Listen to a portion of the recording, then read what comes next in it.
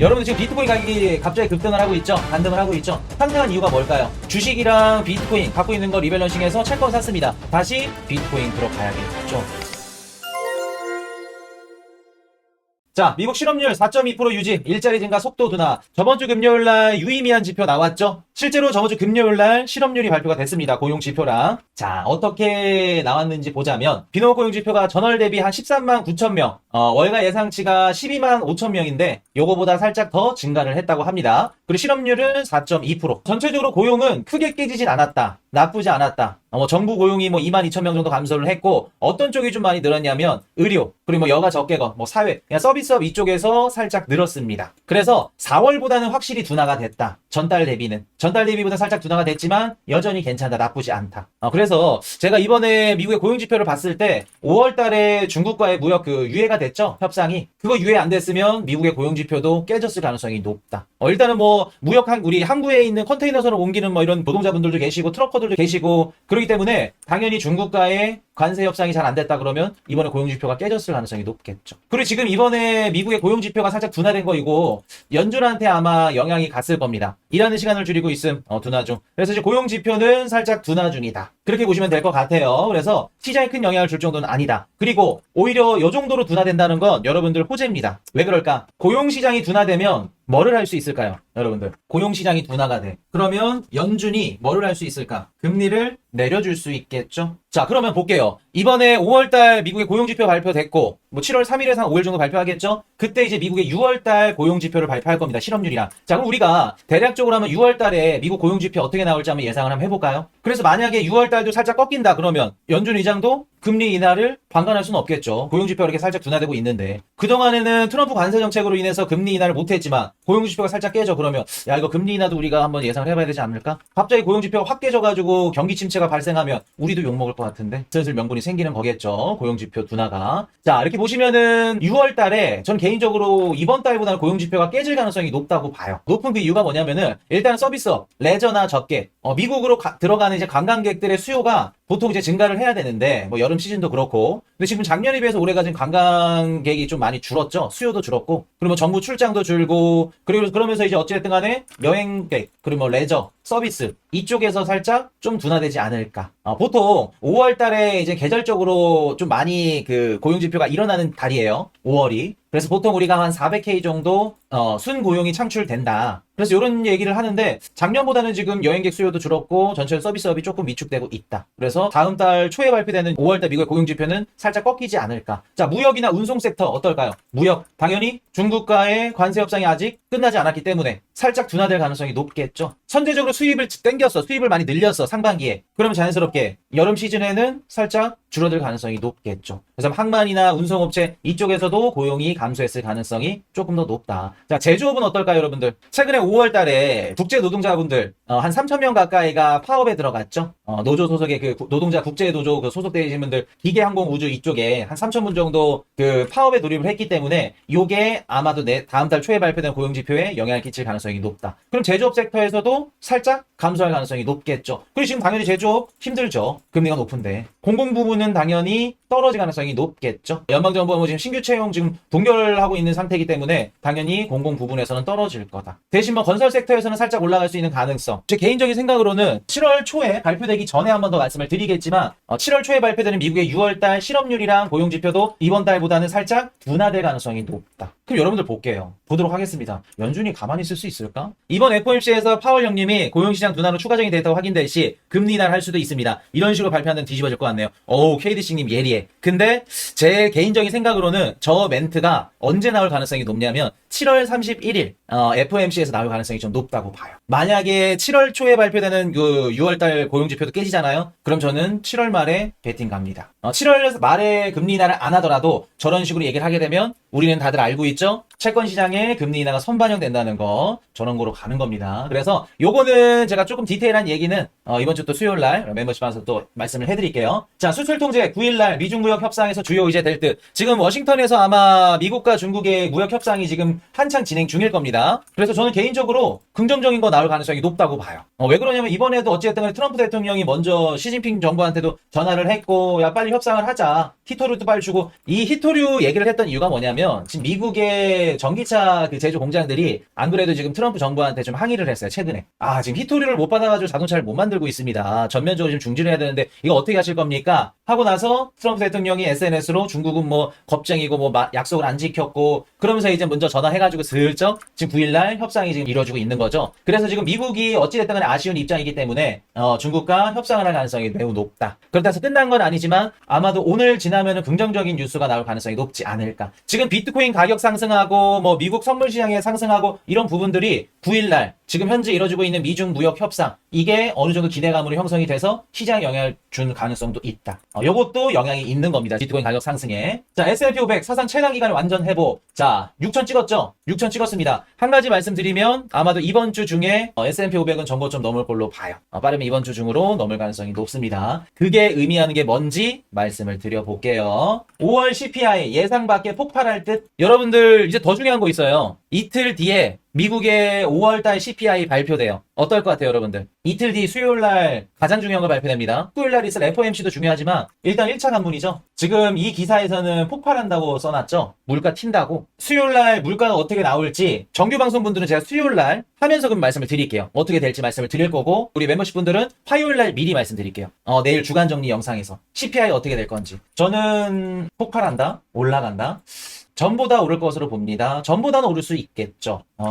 네, 쉬울까요? 내일 한번 말씀드릴게요. 어차피 우리 정기방송 보신 분들도 수요일날 말씀드릴게요. 자, 머스크 트럼프 앱스타인 연관 게시물 삭제. 자, 이게 무슨 뜻일까? 앱스타인 관련된 게시물을 둘 다 삭제를 했어요. 그 뜻은 서로 화해를 했다 안 했다? 시진핑 실각설 지금 이미 우리 멤버십 회원분들은 올해 상반기부터 알고 있었는데 뭘 알아요 지금 하하팔팔님. 제가 상반기부터 말씀드렸는데 진핑이 형님 지금 흔들린다고 위험하다고. 자, 봅시다. 앱스타인 연관 게시물이 삭제됐어요. 서로 뒤에서 화해했다. 근데 트럼프 대통령 SNS로 막 꼬장꼬장 되죠? 머스크도 그렇고 자존심이 있죠. 자존심이 있기 때문에 우리가 눈에 보이는 기사나 이런 것들로 흔들리지 말자. 이거 했을 가능성이 높다. 그리고 여러분들 봅시다. 아무리 일론 머스크고 뭐 전 세계 돈이 가장 많고 지금 현 시점에서는 기업인이 정부를 이깁니까? 아무리 못해도 4년 동안은 트럼프 못 이겨요. 4년 뒤에 이제 머스크가 이기겠지만. 그래서 걱정하실 거 없다는 거. 그래서 이번 크래시로 인해서 그 증시 하락하고 코인 빠진 거는 여러분들한테 저점 매수 단계였다는 거. 자, 유럽 중앙은행 7연속 금리 인하, 예금 금리 연 2%. 자, 유럽도 금리 인하를 계속하고 있고 다른 글로벌 국가들도 금리를 내리고 있습니다. 그럼 여러분들 트럼프 대통령이 할 말이 있죠. 야, 유럽도 저렇게 7연속 금리를 내리고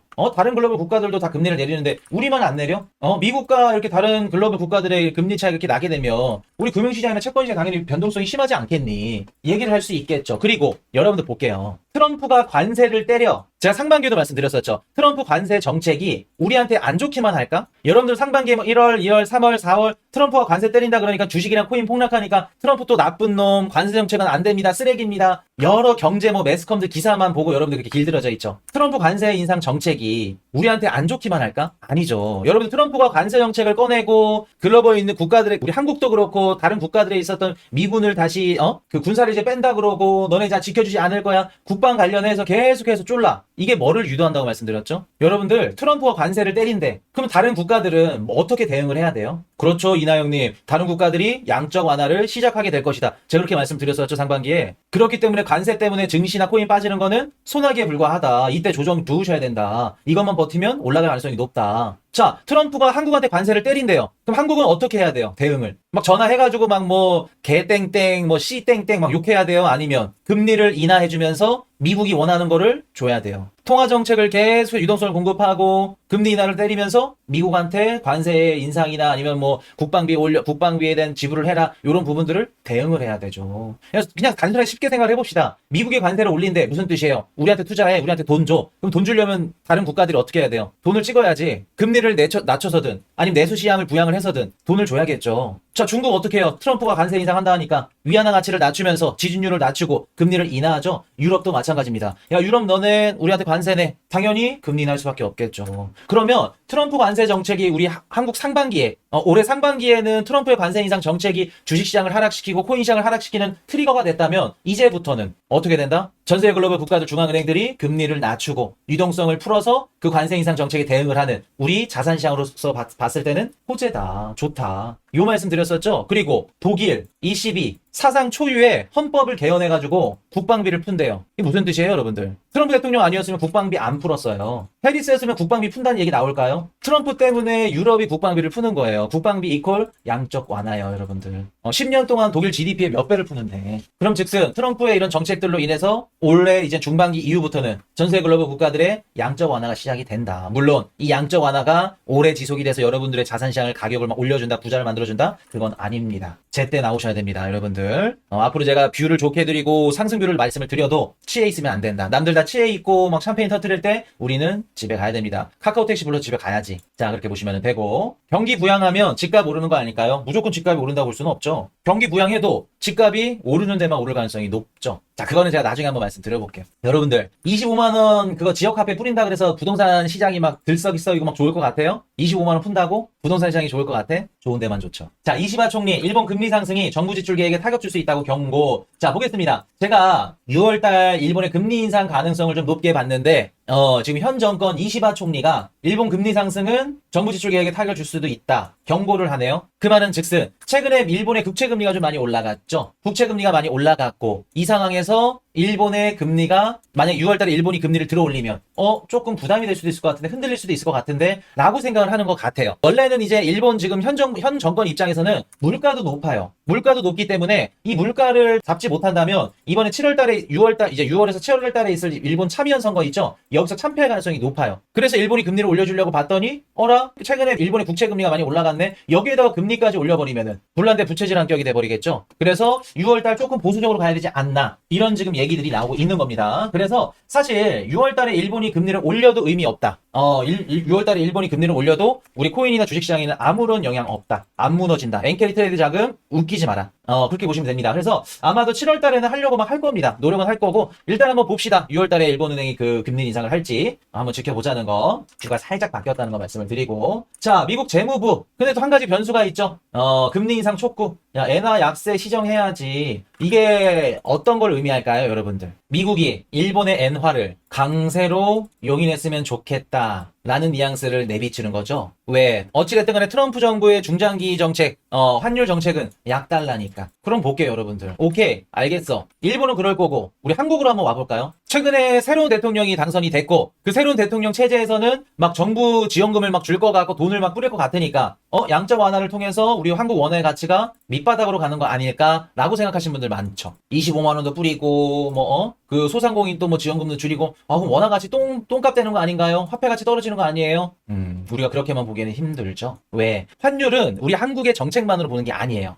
미국과의 어떤 정책들이 있고 그런 부분들을 같이 보는 게 어찌됐든 간에 우리 원화 같은 경우에는 우리 한국이 돈을 많이 찍든 적게 찍든 영향은 주겠지만 어찌됐든 간에 기축통화에 따라서 움직입니다. 달러, 그리고 프록시 통화인 위안화 요거 두 개 보셔야 돼요. 그래서 원화 가치가 오를 건지 떨어질 건지 이거를 방향성을 보기가 진짜 어려운 거예요, 여러분. 이해되셨죠? 그래서 한국의 원화도 한 방향으로만 볼 수는 없다. 지금 현 시점에서는. 지금 국내 장 미쳤죠? 많이 올라가죠? 또 알트코인 손절해가지고 그 돈 갖고 또 국내 주식 트라이 하시는 분들 계세요, 혹시? 그리고 여러분들 이거는 국내 주식에 다 떠나서 스테이블 코인이죠? 스테이블 코인. 지금 미국 증시에서 서클사 미친 듯이 올랐죠? 이게 뭐를 의미하는지 여러분들이 인지를 하셔야 돼요. 앞으로 여러분들이 돈이 되는 종목이 어딘지 미리 보셔야 된다고. 이거 중요해요. 스테이블 코인. 자, 밈코인 ETF 시장 진입 신호. 액티브 ETF가 출발점이다. 그래서 제가 항상 말씀을 드렸죠. 여러분들이 원하는 알트코인 대불장.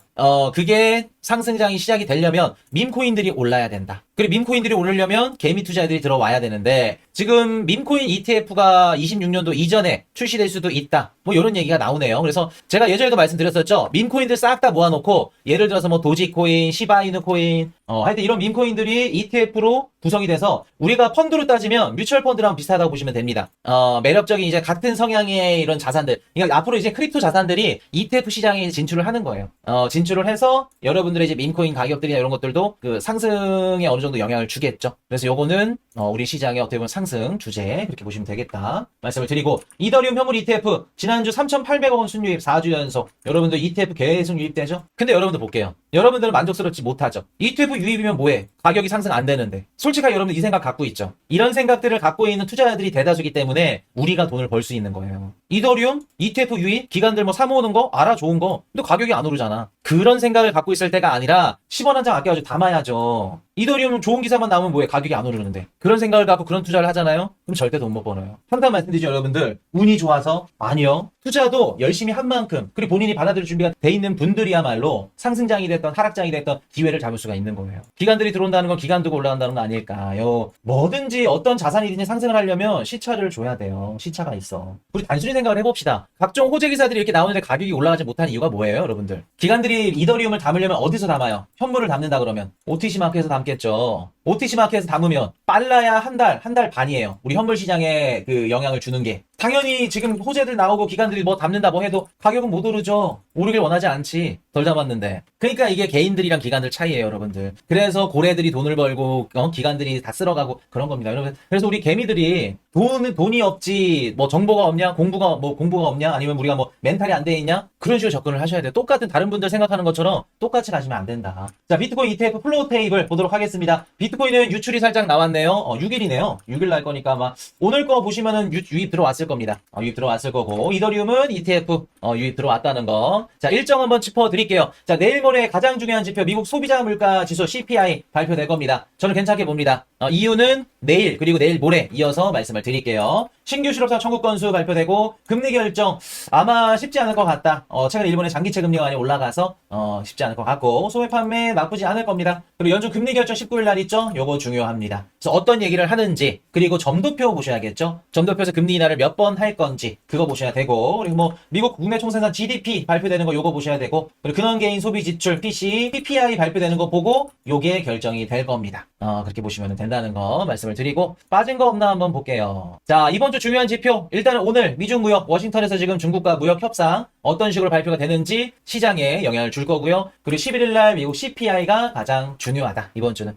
다음 주는 뭐 어딨어? 19일 날 연준 금리 결정, 이게 중요하겠죠. 자, 여러분들 지금 비트코인 가격이 갑자기 급등을 하고 있죠. 반등을 하고 있죠. 상승한 이유가 뭘까요? 비트코인 가격이 상승하는 이유, 여러 가지 이유들이 있을 겁니다. 상승하는 이유. 첫 번째, 오늘 미국과 중국의 무역 협상, 지금 워싱턴에서 진행 중이죠. 중국과의 무역 협상 완화 혹은 협상 체결 기대감으로 인해서 비트코인 가격이 올라갈 가능성이 높겠죠. 제가 5월 말, 6월 초 비트코인 가격이 빠진 가장 큰 이유 뭐라고 말씀드렸죠? 미국 헤지펀드 기관들의 포트폴리오 리밸런싱의 가능성이 매우 높다. 자, 리밸런싱을 했어. 그러면 그 이후부터는 어떻게 해야 될까? 내가 차익 본 거 5월 달에 비트코인이 전고점을 돌파했습니다. 그럼 ETF 차익 던져서 매도해서 그 수익금 갖고 5월 달 채권 가격, 미국 국채 가격 많이 빠졌으니까 채권을 많이 사야겠죠? 주식이랑 비트코인 갖고 있는 거 리밸런싱해서 채권 샀습니다. 자, 샀으면 또 다시 6월 초부터는, 중순부터는 다시 비트코인 들어가야겠죠. 리밸런싱 끝나고 다시 매수가 들어가야겠죠. 그리고 여러분들 볼게요. 글로벌 M2 통화량 한번 봅시다. 지금 글로벌 M2 통화량이 어떤 상태인가요? 최고점 찍고 있죠.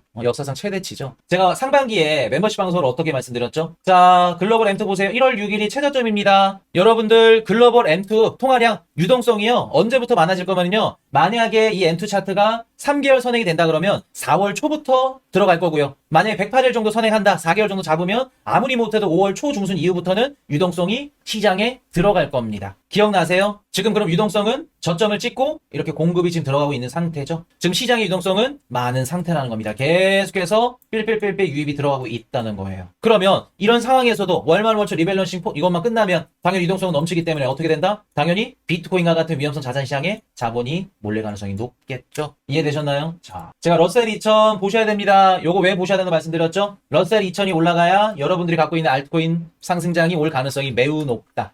위험성 자산 시장으로 자본이 들어가는 거니까. 그리고 러셀 2000이 올랐다는 건 글로벌 M2 유동성이 미국 증시의 위험성 소형주 위주로도 들어갔을 가능성이 높다. 2400이 고점이죠. 2100까지 다시 또 반등을 했죠. 이해되셨죠, 여러분들? 왜 지금 비트코인이 급등하고 있는 건지? 6월 11일을 중요하게 말씀을 드렸는데 6월 11일 날 위험성이 조금 줄어들었어요. 내일 모레 말씀을 드릴게요. 그래서 이런 부분들이 지금 비트코인 가격에도 영향을 주고 있다. 그렇게 보시면 됩니다.